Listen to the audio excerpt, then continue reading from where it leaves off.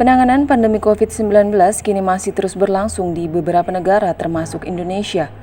Setahun lebih COVID-19 menjadi horor yang menakutkan semua orang sehingga menimbulkan kepanikan global.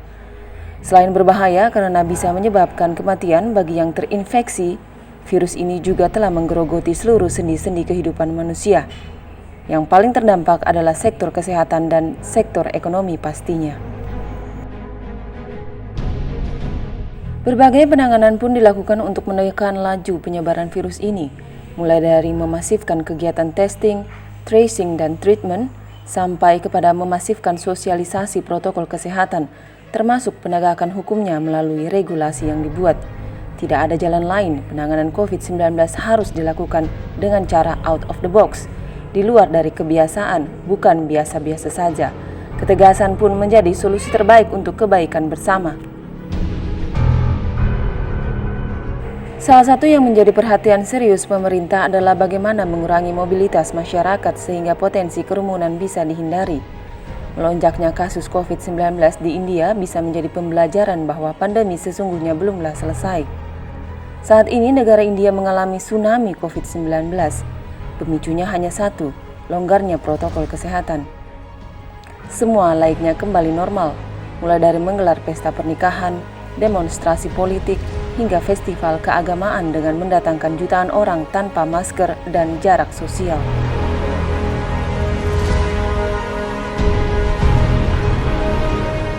India kini menjadi negara dengan kasus COVID-19 terbanyak kedua di dunia setelah Amerika Serikat. Pasca vaksinasi COVID-19, India terlalu percaya diri dengan melonggarkan protokol kesehatan. Herd immunity atau kekebalan komunal terlalu cepat diambil pemerintah setempat. Festival keagamaan di tengah pandemi digelar dengan melibatkan jutaan orang. Orang India terlena, bertindak seolah-olah virus telah hilang. Tragis, India kini seperti kehilangan sandaran. Tsunami COVID-19 menjadi konsekuensi atas kelengahan tersebut. Nah, Indonesia harus belajar dari India. Pesan ini harus sampai di hati agar masyarakat tidak setengah hati hidup di tengah pandemi. Indonesia dengan 280 juta penduduk sudah banyak yang menjadi korban akibat keganasan SARS-CoV-2 penyebab COVID-19. Agar tingkat penularan tidak meluas dibutuhkan ketegasan pemerintah. Tidak cukup dengan imbauan, tetapi harus dibarengi dengan tindakan bagi pelanggar protokol kesehatan. Vaksinasi COVID-19 sementara berjalan, tapi bukan berarti protokol kesehatan menjadi longgar.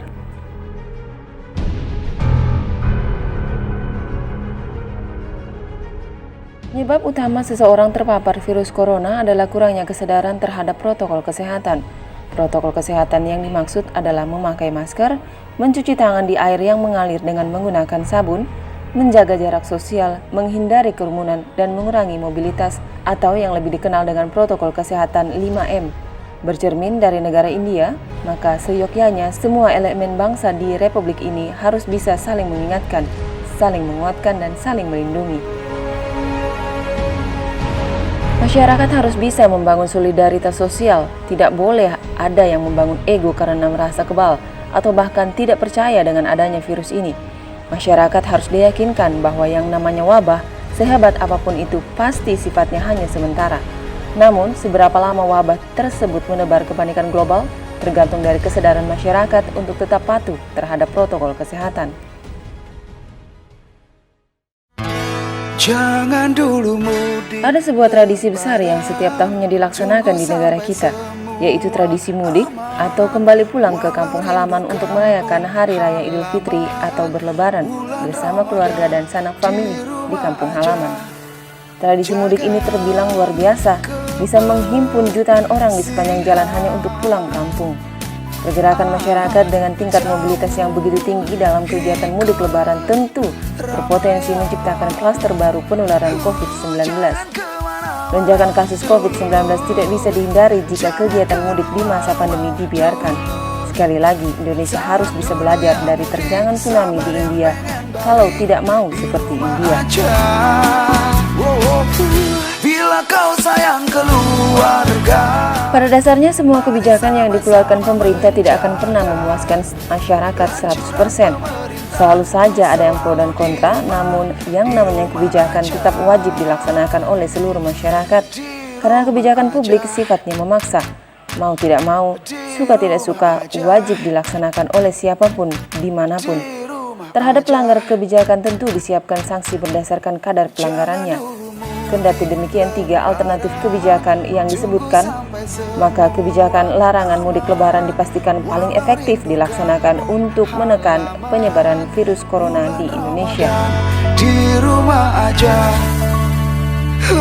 jangan kemana-mana. Pemerintah melalui Satgas Nasional COVID-19 telah mengeluarkan surat edaran Satgas Penanganan COVID-19 nomor 13 tahun 2021 tentang peniadaan mudik Idul Fitri 1442 Hijriah. Dalam surat edaran yang ditandatangani Doni Monardo selaku Kepala BNPB Satgas Penanganan COVID-19, dijelaskan bahwa kebijakan larangan mudik yang dikeluarkan melalui surat edaran itu dilatar belakangi oleh banyaknya masyarakat yang hendak melakukan mudik lebaran dalam rentang waktu H-7 dan H+7. Sehingga pemerintah mengeluarkan kebijakan bahwa 6 hingga 17 Mei 2021 kegiatan mudik dilarang. Seluruh moda transportasi diwajibkan tidak beroperasi dalam rentang waktu tersebut. Menyikapi perkembangan kasus harian COVID-19 yang belum juga mereda, maka kebijakan larangan mudik menjadi lebih solutif. Apalagi dalam rentang waktu yang tidak terlalu lama, pemerintah melalui Satgas Nasional kembali merevisi Surat Edaran Nomor 13 Tahun 2021 dengan menambahkan klausul ke dalam beberapa poin dari isi surat edaran tersebut atau biasa disebut adendum surat edaran. Tambahan klausul tersebut terdapat pada dimajukannya waktu larangan mudik dari 6 hingga 17 Mei 2021 menjadi 22 April 2021 hingga 15 Mei 2021. Dan larangan mudik kembali berlaku pada 18 hingga 24 Mei 2021. Tujuan dari diberlakukannya surat edaran ini adalah untuk mengantisipasi pergerakan penduduk yang berpotensi meningkatkan penularan kasus COVID-19 antar daerah pada masa sebelum dan sesudah periode larangan diberlakukan. Di rumah aja. Pada surat edaran sebelumnya, Satgas mengatur pembatasan pergerakan masyarakat dimulai pada 6 hingga 17 Mei 2021. Melalui aturan baru, Satgas menambah jadwal pengetatan 14 hari sebelum larangan mudik, yaitu 22 April hingga 15 Mei dan 7 hari setelah larangan mudik. Halaman bulan Ramadan, di rumah aja. Berikut salinan resmi adendum Surat Edaran Nomor 13 Tahun 2021 yang menyebutkan berlaku ketentuan khusus pengetatan mobilitas pelaku perjalanan dalam negeri atau PPDN pada periode menjelang masa peniadaan mudik yang berlaku 22 April sampai 5 Mei 2021 dan pasca masa peniadaan mudik yang berlaku 18 hingga 24 Mei 2021. Anjuran pemerintah untuk selalu di rumah aja. Anjuran pemerintah. Menyikapi situasi pandemi COVID-19 saat ini di tengah potensi membludaknya kerumunan mass jelang masa mudik lebaran, maka pemerintah harus mengambil langkah-langkah taktis yang di luar dari kebiasaan untuk menekan laju COVID-19.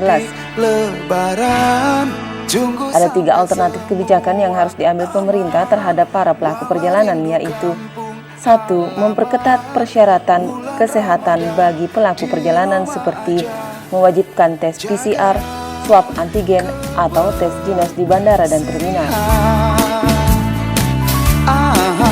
2. Penerapan protokol kesehatan yang super ketat terhadap calon pelaku perjalanan yang diserta tindakan berupa sanksi tegas terhadap pelanggar protokol kesehatan COVID-19.